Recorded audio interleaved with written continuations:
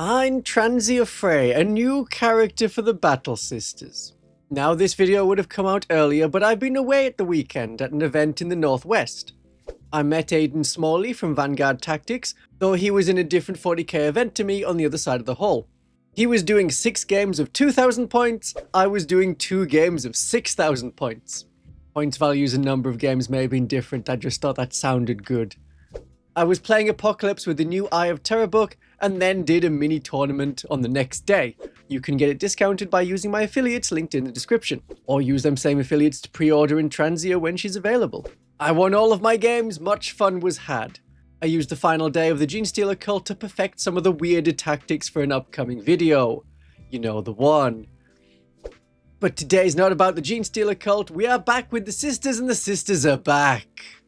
Intranzia Fraye's points are not known. The level of power is based on the points, which can change. And it will change again for 11th edition, so a number we don't know right now is going to change to a different number that we also don't know. What is an Intranzia Fraye?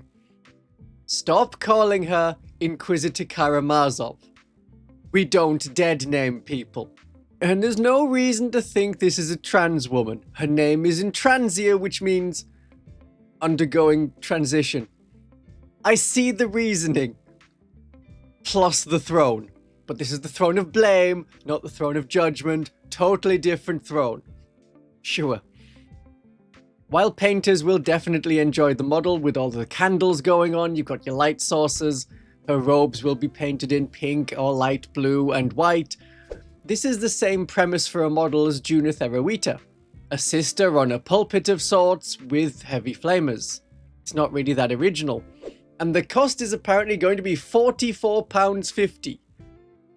For that, I think I will strap a sister to the front of a Penitent Engine, or have a card platform on top of Penitent Engine legs, with a sister standing on top in front of a card throne. It shouldn't be too hard to make our own version. And Intranzia is a dog martyr, so what if dog martyrs were good? This is the concept of the model. And I know it's another Our Martyred Lady character. An Ebon Chalice character would have been nice, but this is part of the Armageddon campaign book, and the Mace of Praxedes is present in name, so Our Martyred Lady is the connected order. And so Our Martyred Lady gets another epic hero character. She's a good leader for the Army of Faith or the Penitent Host, but mostly is another epic hero unique character when the Adepta Sororitas have more than any other faction, besides all the Space Marine ones put together. So there's a lot of Saint Celestine, the Triumph of Saint Anne, Judith Eritrea, just to make the army more your own. So this isn't Intranzia Fraye, this is a canoness leading your army called Sister Karamazov, as an example. The weapons! This is the character that has the Mace of Praxedes. We have seen that before. The name may be familiar to you. In 2nd edition, we had Saint Praxedes. There was no model for her, but you would use a Sister Superior with a mace to represent her. The stat line of the weapon is not that good for what the weapon's meant to be. This is a super holy relic.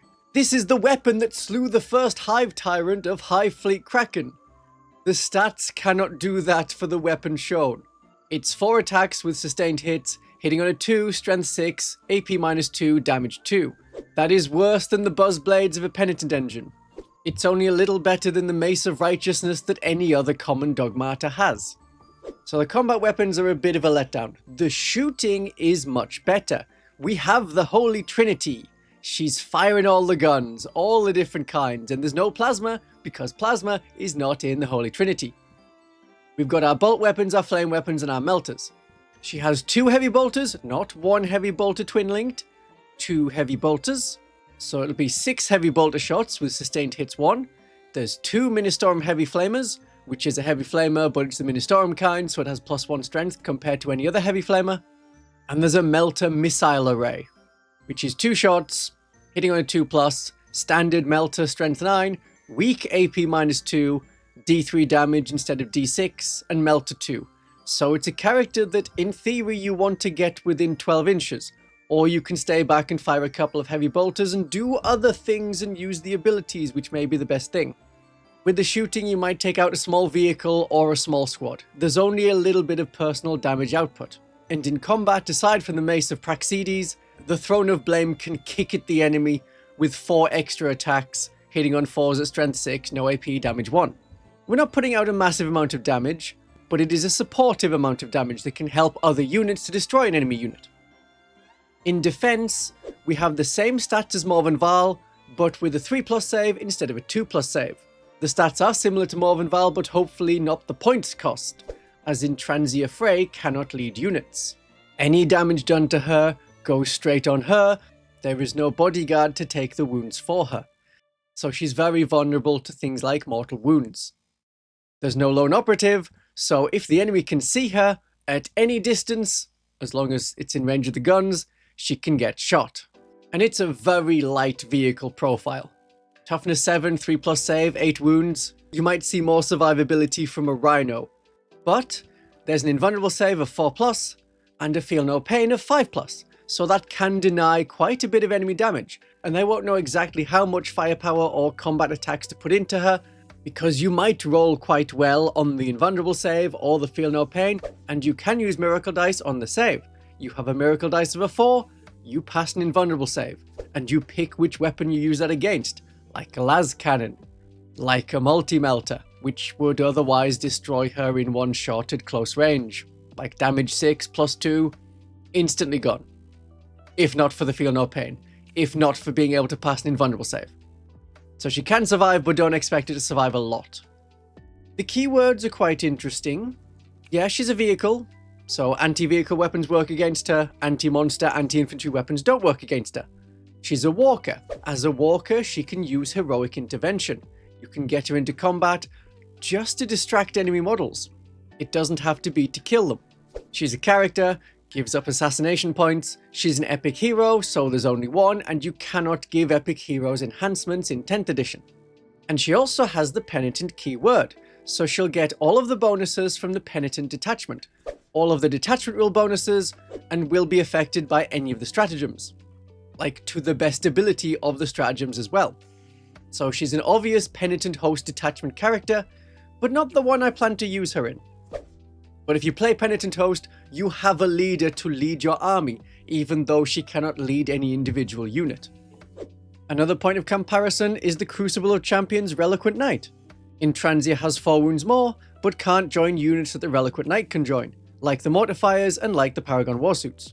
There are 2 abilities, one is very good, one is better than you think.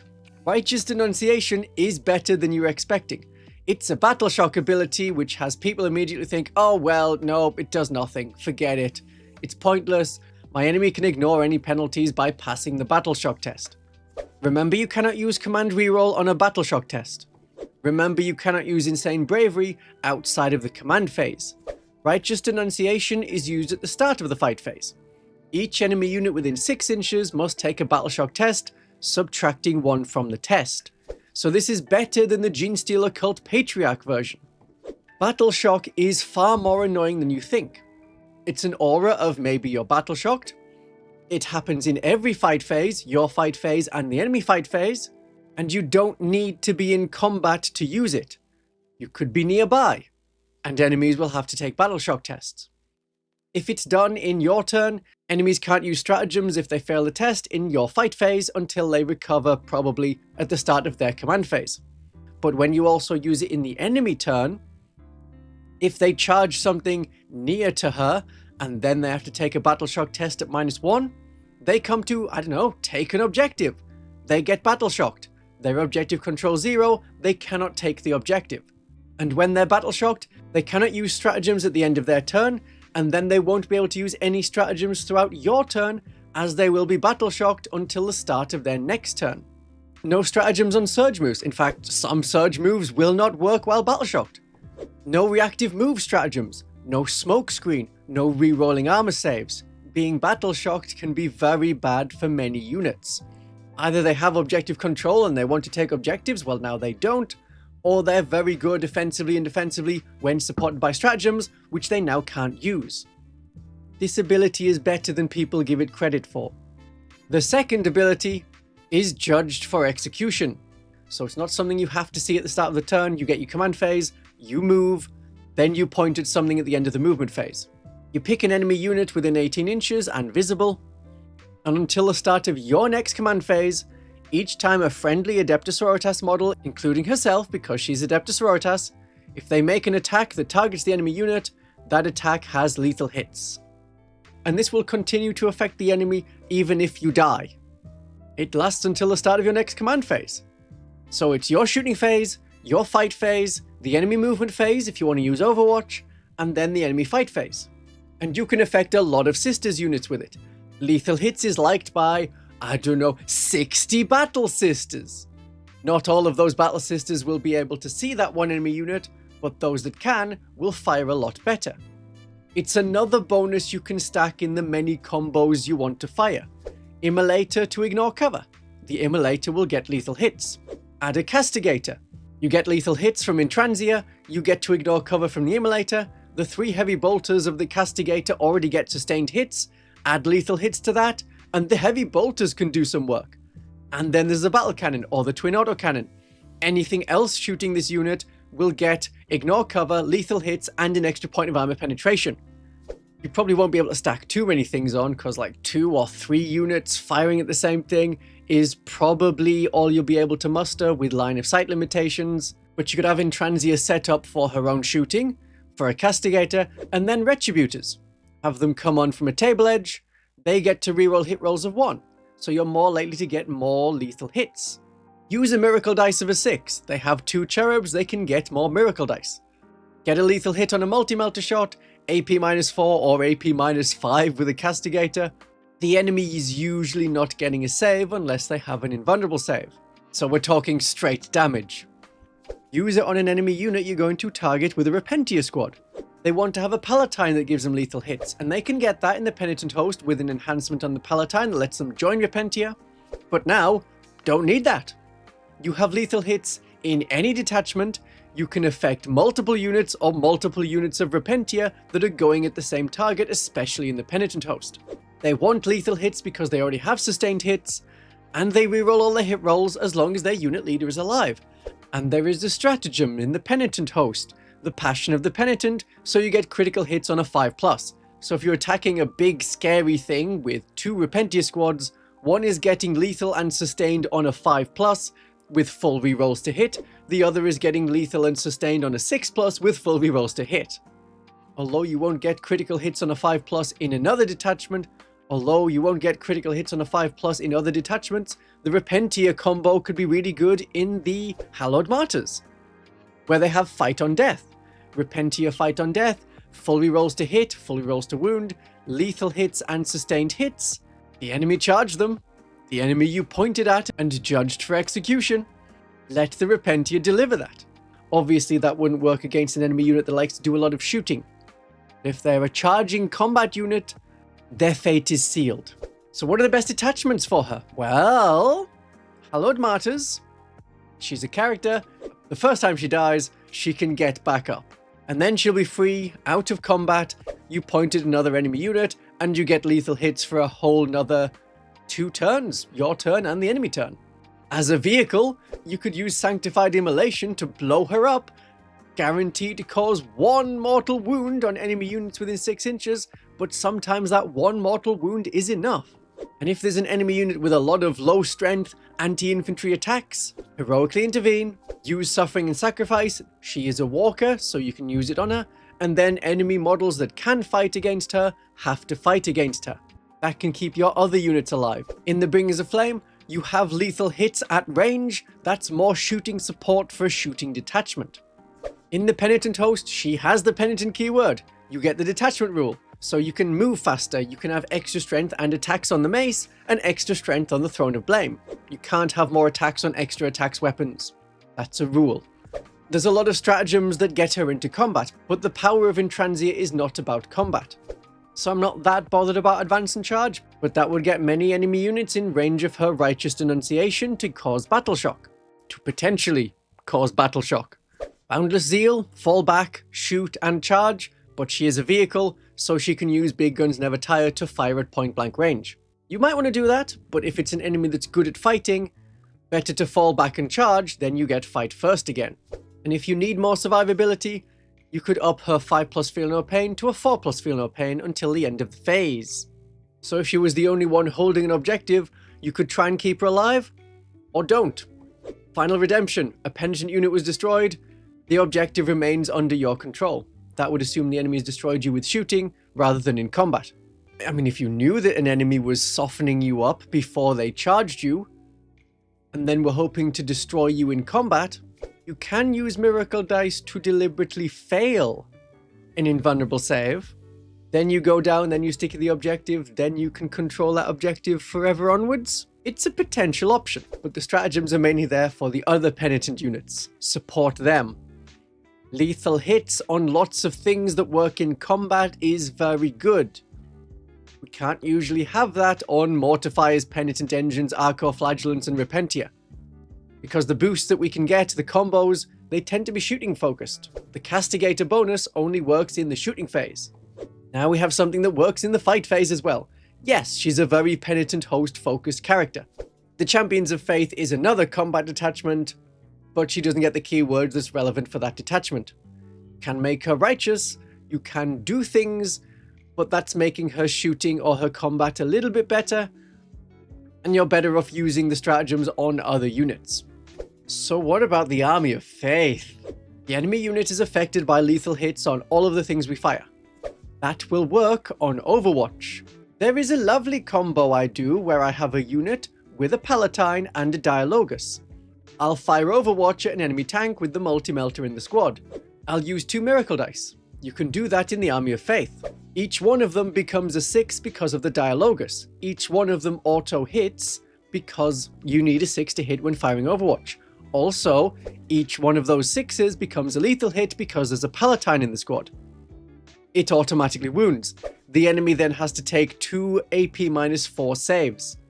If they don't have an invulnerable save, that's 2d6, potentially +4 damage. I have killed Carnifexes, I have killed many Death Guard vehicles in their turn with 1 command point and 2 of the most rubbish miracle dice in existence. Now we can do that without the Palatine, and it doesn't have to be one particular Battle Sister squad that's getting the bonus. A Hunter-Killer Missile, an Immolator, using its multi-melters as long as you have a 6 of a miracle dice, or as long as you have a Dialogus in a squad that can shoot at the enemy. As the Army of Faith lets you use 2 miracle dice per unit per phase, you can pass 2 of Intranzia's 4+ invulnerable saves. This is a very survivable detachment. It's not about dying and losing models and then you get some miracle dice and then you fight back better. You can survive. You have other ways of getting miracle dice through enhancements and through stratagems. Divine Guidance, extra armor penetration on all of Intranzia's guns. And then you get a miracle dice if you kill at least 1 enemy model. Or use that stratagem on any other unit that's attacking the unit marked Judged for Execution. They have lethal hits. They have an extra point of armor penetration. That's useful when shooting at enemies that are hard to wound. And in combat, Faith and Fury, or Faith and Fury and Divine Guidance.